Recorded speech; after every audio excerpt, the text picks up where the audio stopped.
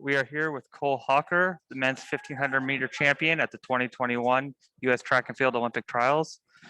We'll ask some questions on behalf of the media. To get us started, can you talk us through the race today? Yeah, most competitive race I've ever been in, a lot of nerves leading up to it. And I think just the biggest thing today was being able to stay relaxed and having that adjustment from earlier, like a 4 or 5 hour delay was something that I don't know if anyone was prepared for. Not that really has to throw you off, but yeah, I've had storm delays earlier in this year, and I wasn't too stressed when the race got moved. And then once I finally got to the line, I just wanted to enjoy every moment of it. And I was comfortable the entire race and was just focused on positioning and just staying relaxed and calm, because I knew if I was feeling good with 200 to go, then I would be able to find a gap and just use the finishing speed that I've been using all season. And we have a question here from Ken Go. How did you feel about position on the final turn? Final turn was a little dicey, to be honest. And I think Yard coming up, and I knew he was one of the best kickers in the race. And I've raced him a couple times this season, and I just knew I had to get out in front of him and not get boxed in. And I saw an opening, and I went for that gap, and then there were just one man in front of me, and I just did my best to hunt him down. And from Chris Hansen, what happened with 600 to go? Looked like you tried to make a move, but got cut off. I don't really remember anything at 600. There was a lot of awkward pace changing and jarring movements, but like I said, I just did my best to stay calm, and I knew that I could go with any pace that any of the guys in this field were going to go. And then from David Woods at IndyStar, Cole, what prompted the shushing after crossing the line? Honestly, that was just kind of an in the moment thing, but I don't know. Just last year, I wasn't at this level. I was nowhere near this level, and this whole year, I kind of felt like I was proving myself to the world, but also just proving my talents to myself. And there's a lot of negative talk out there, and I just wanted to silence everyone. And then from Andy Martin, Cole, congratulations from USATF Indiana. Can you tell us about the importance of your high school running roots back in Indiana? Yeah, I had some of the best training partners in Indianapolis when I went to Cathedral, and some of the best coaches, and I think they all are a major factor on getting me to where I am now. And then from Chris Hansen, has anything about this year surprised you? I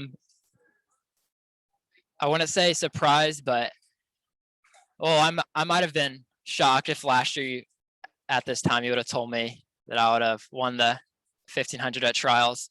I'd be lying to you if I said I wouldn't have been shocked. But just throughout the season, like I said, I was just proving to myself that I can run here and I belong here. And then from David Woods at IndyStar, Cole, you have little tactical experience. Did you feel disadvantaged by that? I guess relative to the field, I might have a little less, but this year, I got put in a lot of competitive races at the college level, and I think I just got a ton of tactical experience, just racing guys, not only on other teams, but the ones just on my team in practice, and they're in every race that I'm in. So I think I wasn't too afraid of my experience tactically. And then from Brian Metzler, are you allowed to run another race before the 6:29 deadline to get the standard? And if so, do you think you will? I don't think I will. I think my world rank right now is good enough to lock me in, but yeah, I don't know. Yeah. And then from Andy Martin, you currently don't have the Olympic standard. Can you tell us what your knowledge is of actually making the team by the way of the world rankings? Right. So yeah, what I was told is if I place top 3 at trials and let alone win it, then that would be enough to secure my world ranking within the top 45, which I think is the number that is equivalent to that standard.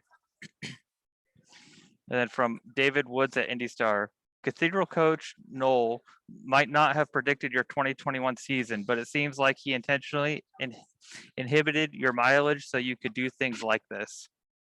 Right. Yeah. 100%. And at the time, not everyone really agrees with that. And just in high school, you want to run fast, but I don't think I'd be where I am today, or at least I think it's less likely health wise.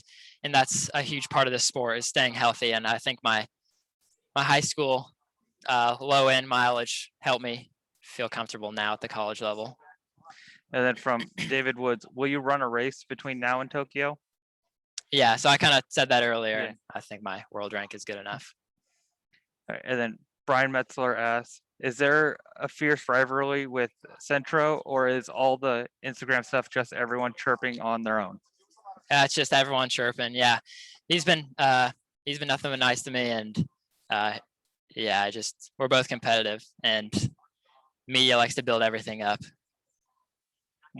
And before I get to the next question, I do want to remind the chat, if you have any last questions, please use the raise your hand function so that way we can let Cole get to cool down and recovery and the other obligations he has this evening.